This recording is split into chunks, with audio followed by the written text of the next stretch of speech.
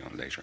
So, look, I'm grateful for the opportunity to contribute briefly to this very important debate, and at the outset would like to voice my support for the general thrust of the Industrial Relations Amendment Bill 2015.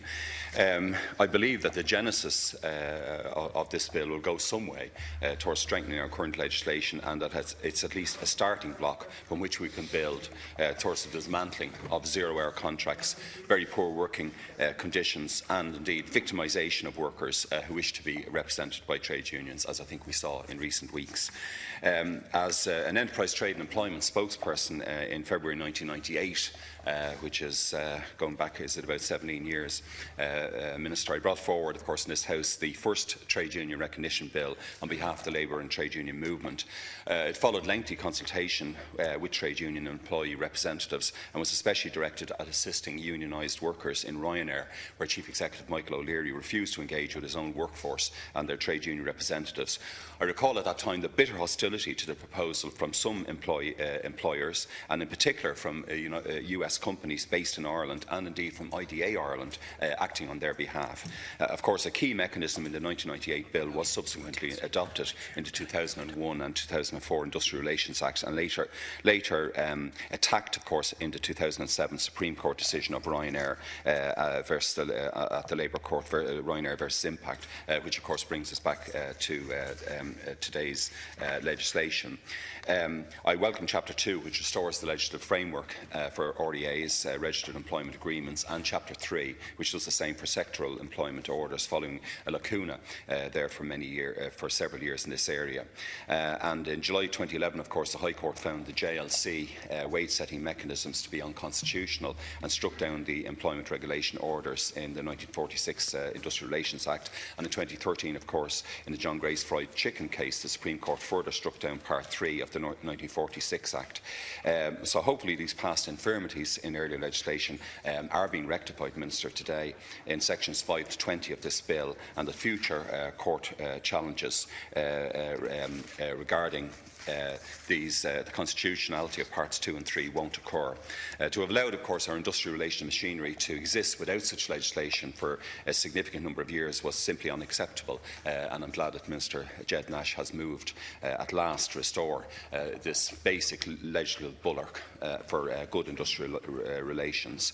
I do have some concerns, Minister, on the provisions in Section 7.3c relating to REAs, where the trade union must be substantially, I quote, substantially representative of the workers to whom the agreement relates. Also, Section 14.1a.1 relating to SEOs, you put in a similar provision where the trade union, again, and I quote, must be substantially representative of the workers of that particular class, type or group.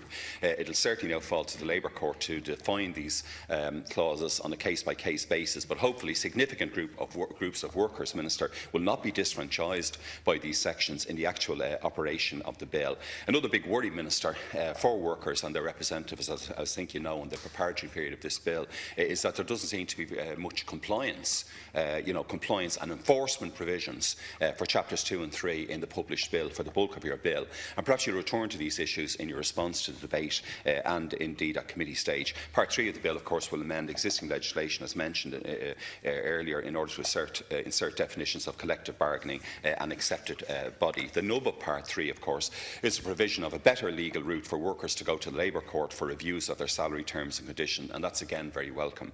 But the bill doesn't address the fundamental right to trade union recognition and representation, which I tried to address, Minister, 17 years ago.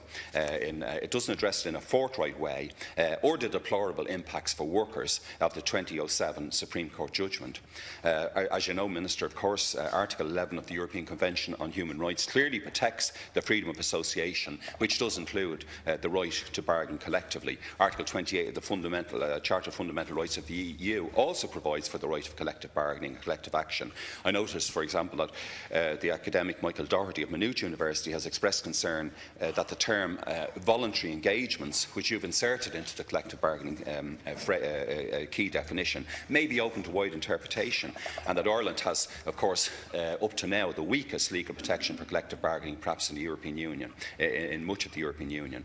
Unite Trade Union, of course, has also expressed fears that the retention recognition of the concept of accepted body, which you've also retained, Minister, in Section 23, may allow companies to negotiate with their employees only through an employer-sponsored association or an employer-friendly company union. I'd like to, of course, welcome, as other speakers have said, Section 35, Part 3, which provides for the amendment of the Unfair Dismissals Act in order to protect persons who may be victimised, dismissed for being a member of a trade union. And it's only a few weeks ago, Minister, as you know, we heard from Dunn's workers in this very building about serious intimidation of workers and serious victimisation of workers who stood up for their basic rights. It is disappointing, finally, Cathaoirleach, that the opportunity hasn't been taken in this bill to insert once and for all the right to full recognition of trade unions. It's a missed opportunity, but I welcome the Minister's improvements, small steps in this bill here today, and